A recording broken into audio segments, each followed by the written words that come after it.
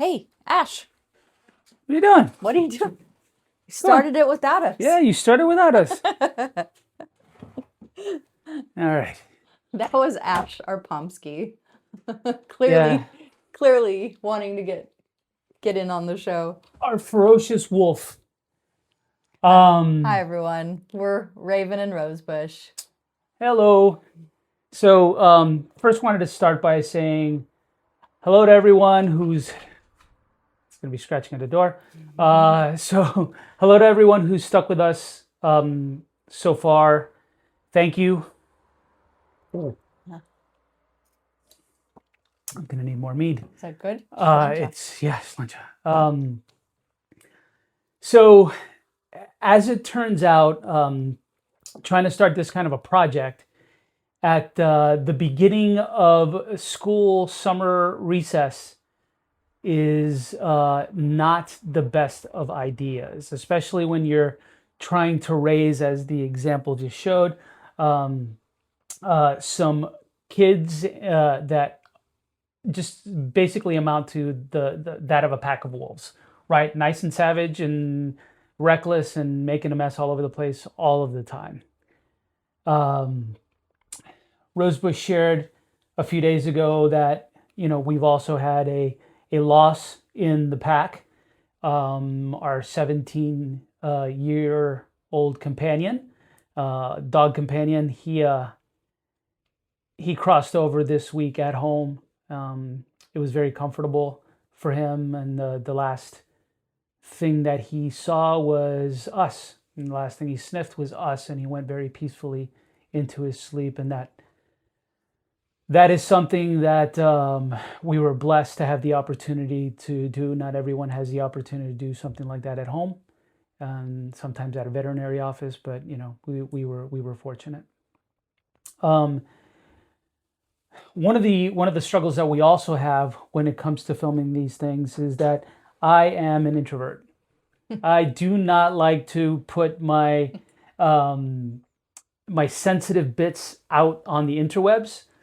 I'm a little camera shy, but here I am, and here we are, and we're doing this. We really are. So thank you again, and school's back in, and we think that we're ready to go this time. So before we get started and jump into our main connection topic for the day, just wanted to call out the fact that we've been throwing out some daily affirmations, short 3-minute videos, basically with some positive messaging to start your day with. This comes from a practice that I've been, engaged in for a few years now. It's something that I do from an affirmation perspective every morning in the shower. Sometimes I'll put the affirmations that I wrote up on the window that looks into the shower, and I just speak them to myself as I go about my business. But the idea struck me a while ago that it would be really, really cool to also be able to listen to the affirmations as I was going through the process, and I could listen to them in the car if something was going on. So they've been very, very helpful in helping me manage my days. Sometimes it's anxiety, sometimes it's dealing with grief, sometimes it's just embracing joy or expressing gratitude to our ancestors. So if you haven't spent the time looking at them, please do so. I hope they help you as much as they have helped me over the years. And please don't hesitate to just drop a recommendation, something you'd like to see. Right? Definitely hit the subscribe button. We'd like to see our family continue to grow. So, can I jump in on the affirmation piece? So it's been his thing for a couple years, and he's really the one doing these affirmations. So even though you haven't seen his face in a lot of the videos recently, that's been his way of contributing as well. But those are also really good right before bed. because you know that when you start to feed powerful words and phrases like that, it's woven with different mantras that get into your brain, get into your subconscious while you're sleeping, and it just keeps feeding itself. So a nice practice before, if you do a sleep video, like we have several at Soul Flexing, our other channel, or not, a nice lead in to your sleep is to play a couple of these and get those already in your brain and just let it fester. That's how I passed all my schoolwork. I would study right before bed, let the earworms take hold and do their thing, and this works in the same way. Absolutely, yeah. All right, so let's get to it. You'll see that some of these things are up here, and we'll talk a little bit about that in a few minutes. But today's topic, or topics, we're going to talk about swans and stones and their significance in everyday magic. Swans and stones. That could be like a hybrid band or something, like the Rolling Stones tribute, but like, I don't know, flock of beagle, flock of seagulls, flock of swans and stones. I don't know. Flock of stones. A flock of stones, that works. Well, we do have a flock of swans. So I mentioned, like, briefly in our launch video that we have this community of swans. He's gonna grab that just in case, because we have loved ones spread throughout the world. You never know, but usually it's spam. So we mentioned a good chance to fill us up. Yeah. So we mentioned in the launch video that we have this community coming out and around to help and see these baby swans that were born, 4 of them, just down the street from us. And it's been pretty awesome to just, we're in a country where folks are not exactly the warmest. They're not outwardly very warm people. But when these swans were born, it was like, oh, okay, we see the softer side of people, and they start coming out. And it's brought us so much joy, and it's clearly brought the whole community so much joy. But now they're like gangly looking teenagers, and they're kind of running amok. So the swans are a bit out of control. And it's the 2 parents clearly, but then you've got like these gangly, not quite beautiful at all yet, middle-sized swans, 4 of them still, thankfully, none of them have had any harm yet. And they just kind of have been meandering all around this busy roadway. And the roadway goes around a mountain. And so it's really pretty tricky, because you've got both routes of people, both lanes having blind spots where these wild critters are starting to venture to. So, the communities put signs up and that sort of thing. We attempted to put, one of those little yellow men with a flag out until somebody stole it. Seriously, that happened. We did recover it though. Yeah, we tracked them down. We used our resources. We did. We got it the next morning, to their embarrassment. But so everyone's trying to slow people down, but there's a lot of transient, bigger city commuters and that sort of a thing that just aren't looking, they're not paying attention, and they whip around this road pretty quickly. So we were on our way home, was it yesterday?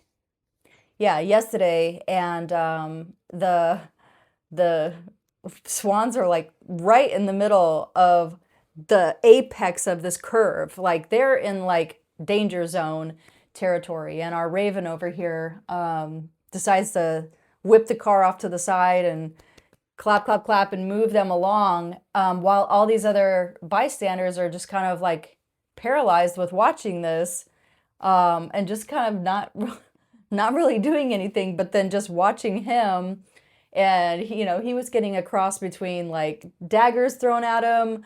Like, what are you doing? This is a very rule focused culture as well, very black and white. So it's kind of like, wait, you're doing something out of the norm. This is very strange.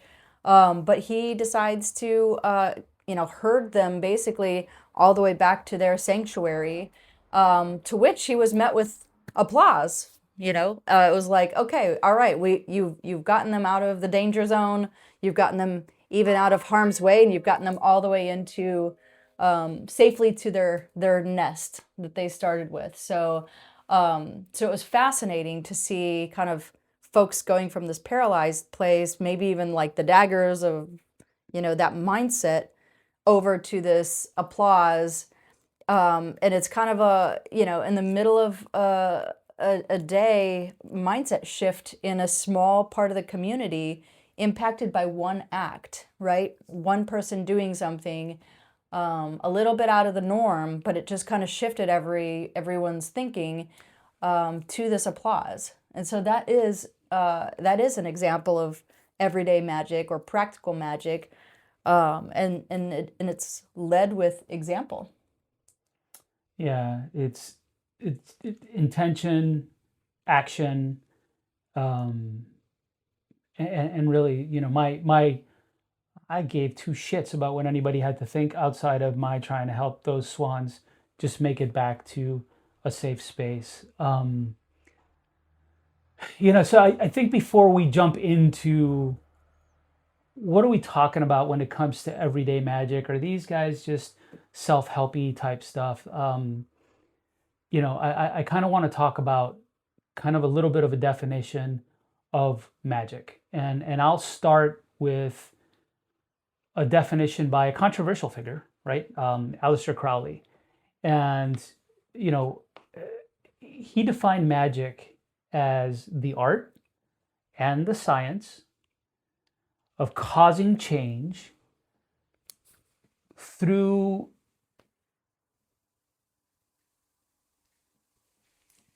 or in conformity with the will, right? So you will something to happen.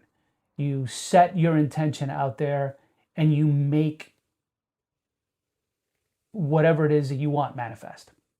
Right now, again, Aleister Crowley, there's a lot that can be said about him, both good and bad, I suppose, depending on which communities that you're in. I think, from a Jungian perspective, like we could kind of summarize in the occult community as trying to intentionally control synchronicity, right? And synchronicities, for those of you who haven't heard like the Jungian definition, is like a meaningful connection or coincidence, right? With very, very little rational explanation.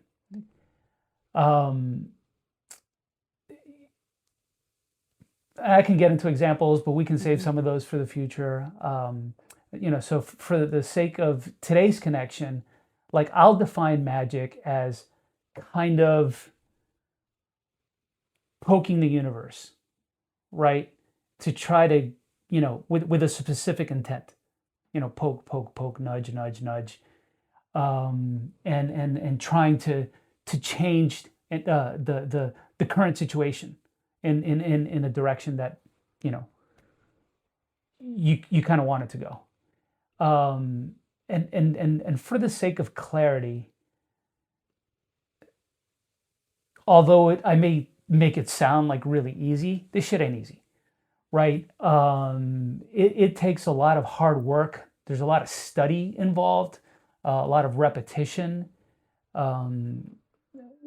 There's really testing of personal belief systems. I grew up in a pretty conservatively religious structure. So for me to go out and even say the name Aleister Crowley, Yeah, that could set some alarm bells going off, and probably a shot over to the disciplinarian's office at the school, and quick paddling. That's what my Wednesdays would look like at times. Um, and there's a lot of learning through failure. Um, so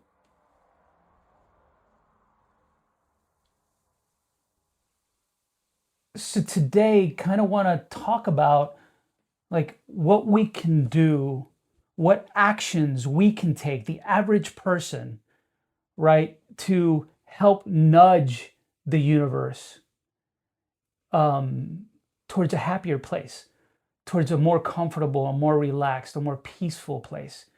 Especially as we've talked about, and like in previous connections, that things are kind of stressful right now. Things are kind of tough. There's a lot of noise, and there's a lot of, I don't know, competing negativity. So what can we do to make things just a little bit easier? And it's more than just absorbing energy and trying to ground yourself, because that energy, once you do ground yourself, you have to give it back. You have to present it in some way to manifest whatever it is you're looking for. So, Rosebush gave the example of me being the swan savior yesterday. By the way, it's not the first time that that's happened, and it's amazing to her point, to see people standing around, kind of like uh, mouths open, wondering what to do, when all they need to do is just walk out there and clap their hands and just move the swans along. I actually had one guy say, "Why didn't the parents bite you?" I'm like, "Because they're tired and they need help." Right? They don't want their babies to get hurt. So, that's what I was doing. We can relate. Maybe Yeah. that's why. Yeah. We know. All right. So I carry stuff with me. I carry stones in my pocket, basically. Little artifacts like this, right? This is actually the stone that I've carried the most.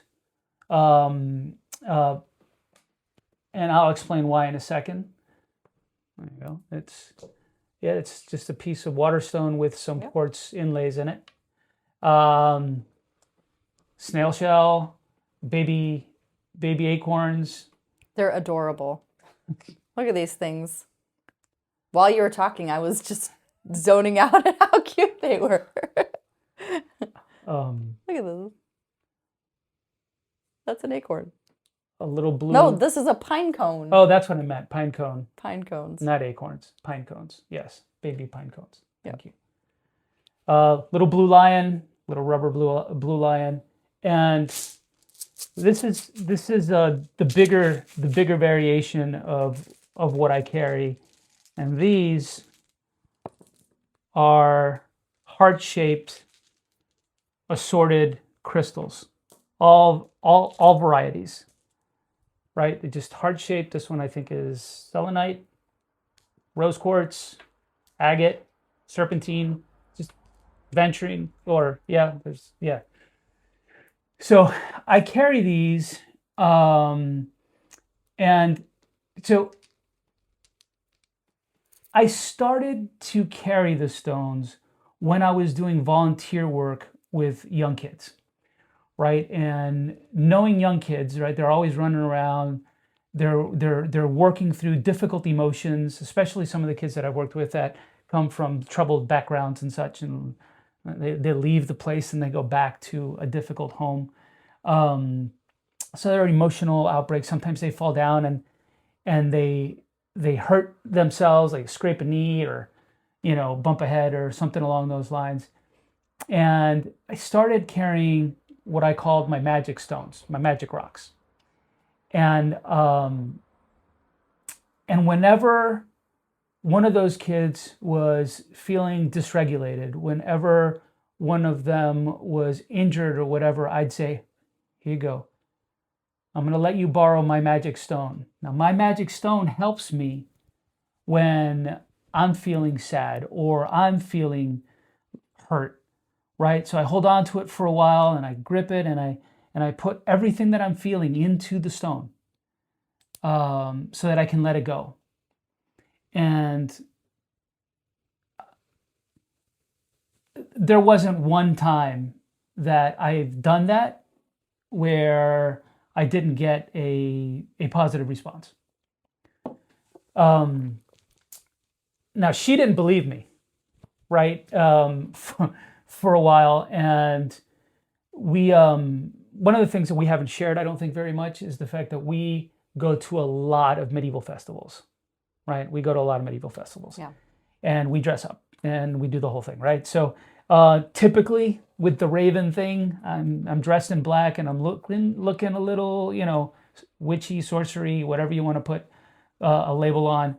And we were at a medieval festival, and our son wanted to go play on the playground, and it was Like a spinny yeah, ride, yeah. yeah, and we're not in the States, so these things aren't safe, right? So it's a spinny thing that you run and you spin like they used to back in the 80s, and then there goes the kid flying off, right? And that's exactly what happened. This little girl just flew off, and she scraped her knee. Her mom ran over, picked her up. The little girl was crying hysterically, and I walked over with one of my Magick rocks. And not gonna lie, mom looked at me and was like, who the hell is this guy? Especially because I wasn't talking to her. I was talking to the little girl. So didn't get arrested, nothing creepy there. So I handed the little girl the stone and I said, hold on to this for as long as you need to until you feel okay. So she held on to it for a couple minutes, almost immediately stopped crying, and went right back on to the wheel of death. And she spun around there for a good little while. Our son was still holding his own. And then when she got off, she looked down on the ground and she picked up her own rock. And she came over to me and handed mine back to me and said, thank you. I don't need yours anymore. I have my own now. And I said, that's wonderful. Right? And thankfully mom recognized that I was with Rosebush and that my son was spinning on the thing and didn't call the police. Right? But, overall, again, evidence that with a nudge and a poke and sometimes a pinch, right, that universal energy can shift towards a more positive place. And it shifted the mom, it shifted the friend that was with the mom, because they went from like, who's this creeper and what is he giving my child, to being so appreciative because the mom saw the magic right in front of her, just like I did. We were witnessing it firsthand, how quickly it shifted her tears into something more resilient. And then I remember the mom saying, we left her magic Band-Aids at home, so I'm glad you had this rock. And I said, oh, you have magic Band-Aids. Okay, that's cool. Yeah. I don't know if she just tried to save face, if she actually meant that, but it certainly spread to those guys too. Yeah, it did. So, one of the things that I do these days is, like I said, I carry them, and sometimes I'll leave one on a table, at Starbucks or a coffee shop. Sometimes I'll leave them at a table in a library, or on a shelf in a bookstore when I'm there. Sometimes on a park bench, right? And I put a lot of positive intention into these. Just, basically putting it out there that I hope that, like, basically the intention is this stone will provide comfort to the person who needs it, right? It will provide a hug, a smile, whatever it is this person needs at that particular moment to feel a little bit better. And then I walk away,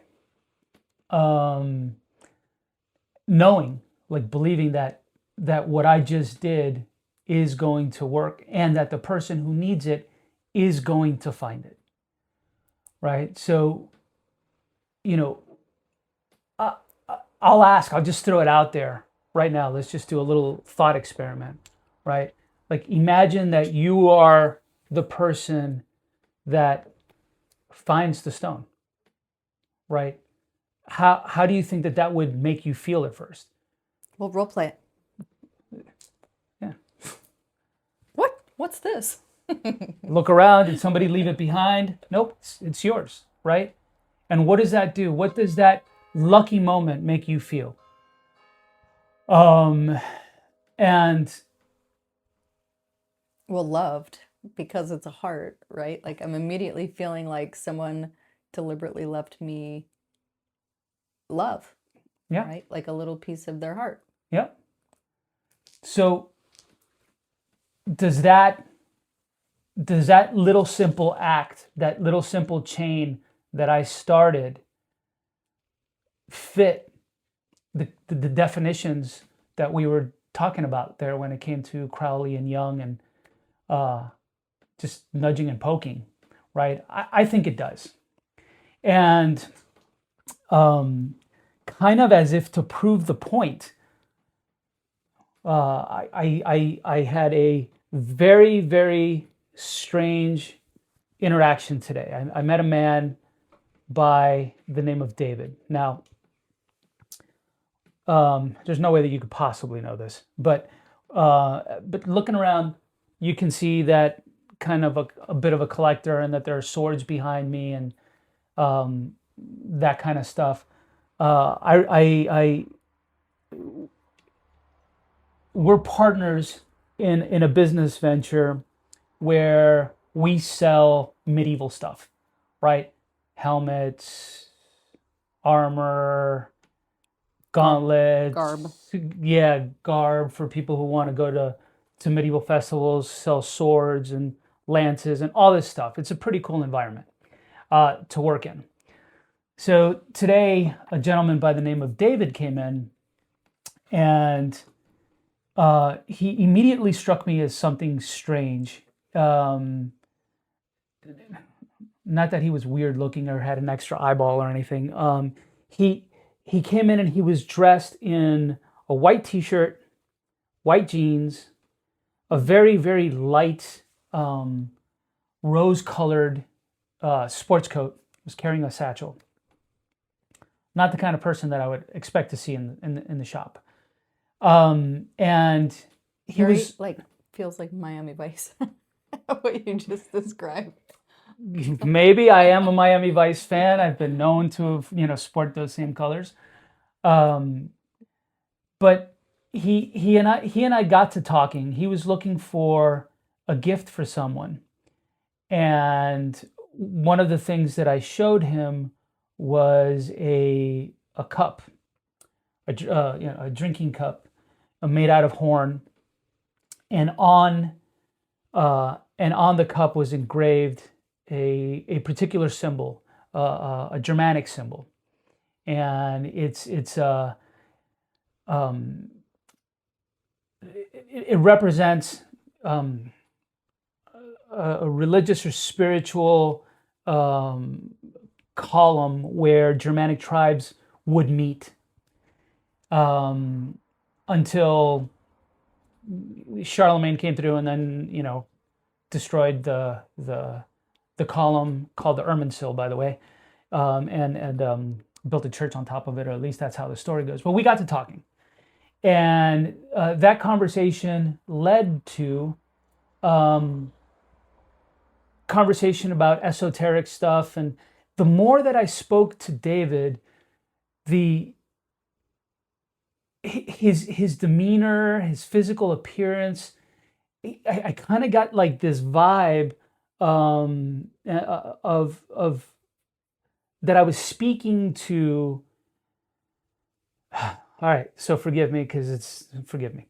That I was speaking to the angel represented in the Rider-Waite tarot decks, right? The one that came to mind immediately was Judgment, right? So if you know what I'm talking about, that image is very, very striking, and that I will put money on was who I was talking to. Wow. It was very, very strange. The conversation shifted in that direction, and as other people came into the store, it was almost like they didn't interact with his space. So it was kind of like he and I were having like a one-on-one thing while I was still helping other people, but it was a very, very strange feeling. And as we've talked about, it's been a tough summer. Just our dog Gizmo just passed away this week. That's what I was over here like, is this like... Yeah. So and she hasn't heard this yet, right? So it was definitely strange. And then he looked at me and said, "So, I'd like to give you something." Right? And he pulled out a small crystal heart. It was quartz, right? And he said, "I carry this thing all the time." What? Yeah. And when I find someone that has a different energy or someone that I'd like to make a connection with, I hand them the stone. So kind of as an exchange of energy, right? So here's my positive energy and all the positive energy that all the other people that I've interacted with in this stone have shared with me. I'm giving this to you. This is the one? No, it was his little one. No. So he said, if you could put your positive energy into the stone as well. Oh. And I said, absolutely. And it was a pretty interesting and powerful moment. So then I handed it back to him, and it was just, wow. Right. It was really, really different. So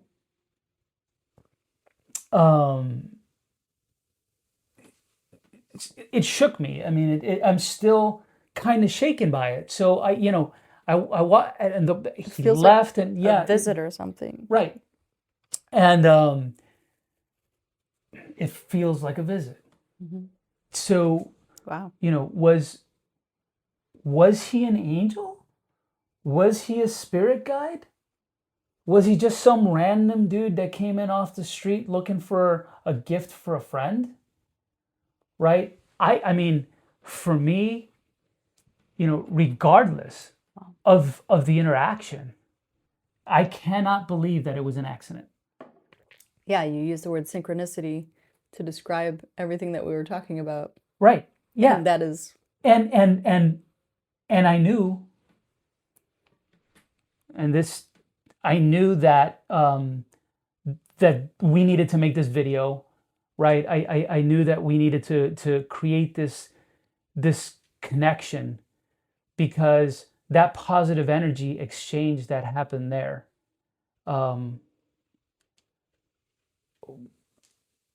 fits my definition, fits the definition that I feel that we've been describing from a magical perspective. Wow. Yep. So to sum it all up, I suppose. I do have a weird thing that obviously happened yesterday, but the footsteps. Oh, well, yeah. So we're not crazy, guys. You either, like I said before, when you walk this path, your belief systems get challenged. And the more that you allow for those opportunities to take space, and not shut them out, not deny them, the more that you can see and the more that you can experience. But yes. How about if you want to hear the story about the footsteps, which was super trippy, put it in the comments and we'll mention it in our next video. Fair enough. How about that? Because it was very paranormal. Super cool, super trippy. So I guess to sum it all up, magic happens when you set an intention and take action, right, towards manifesting whatever it is you desire. There are whole industries. People are making a ton of money selling the shortcuts. There aren't any. You have to do the work.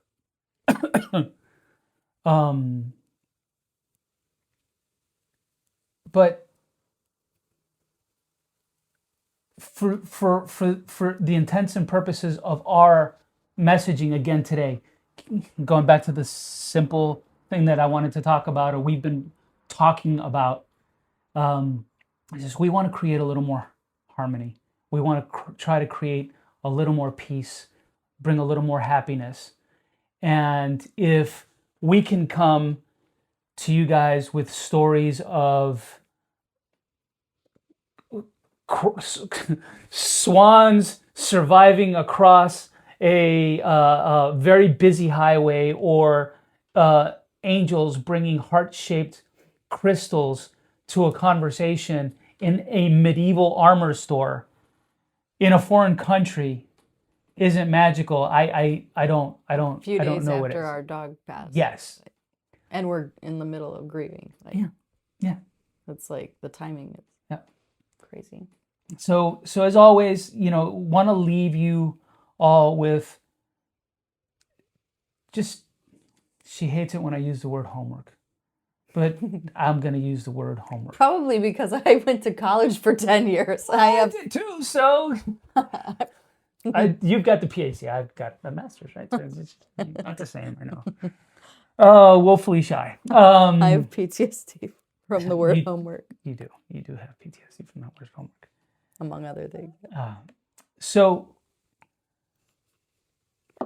here's what I'll leave you with. The first is, do something, right? If something's bothering you, if you're feeling sad, if you feel disempowered, know that you have the power to take some action, right? So whether it's walking swans across a busy highway, or helping someone. It wasn't a highway. It was a road.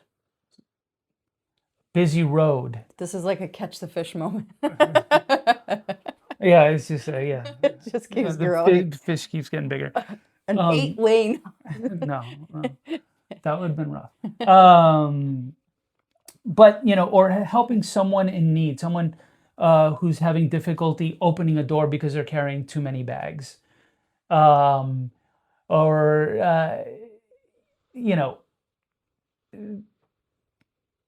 Maybe create some Post-it notes with some happy messages and just leave them on a wall somewhere, at a bus stop, or in at a table at Starbucks, for example. Or if you want to do little rocks or crystals like I've been doing.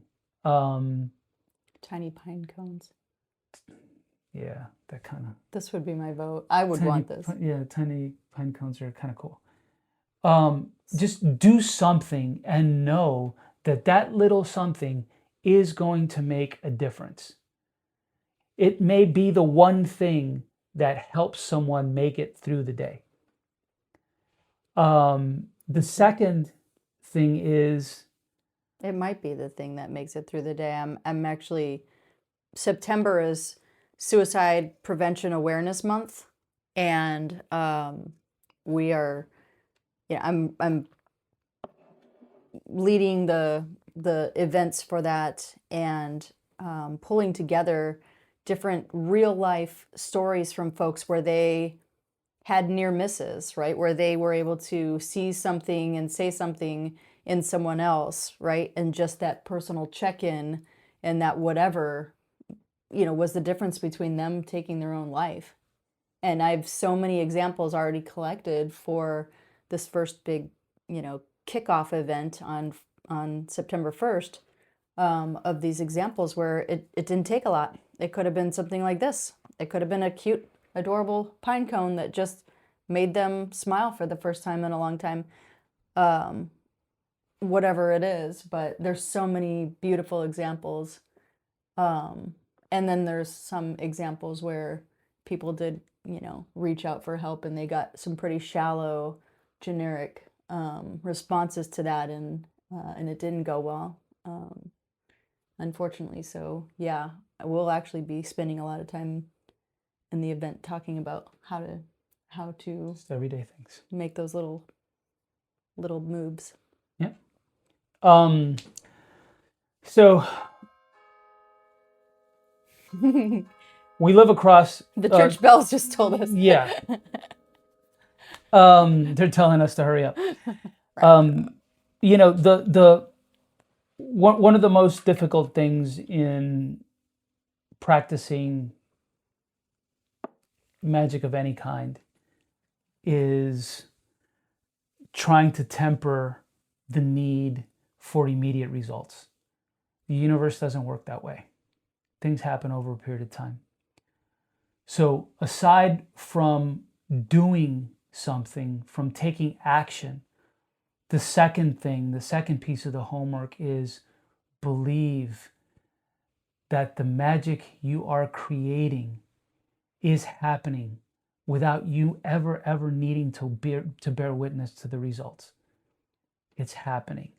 Believe that what you are leaving behind, what you're setting out there, is reaching the person who needs it the most at the moment they need it.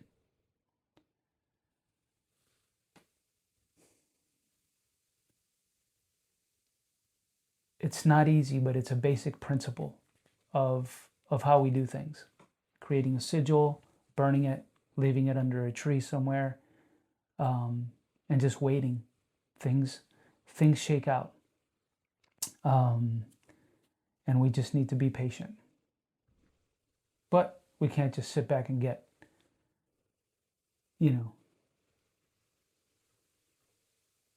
complacent or jump into negative mental space thinking that things aren't turning out the way that we need them to.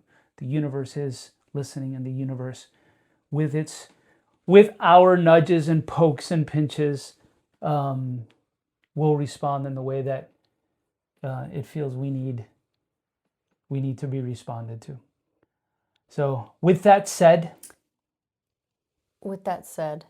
that was, you were being really serious and deep, and you know what was happening for me. oh Jesus. I was singing in my head, and I was picturing Pitch Perfect. Oh Jesus Christ. The first one, which was the best one, right? And no frame of reference. I've got the magic in me. You don't know the song, but it's actually a famous song that they pulled into the movie, but I was only picturing the movie.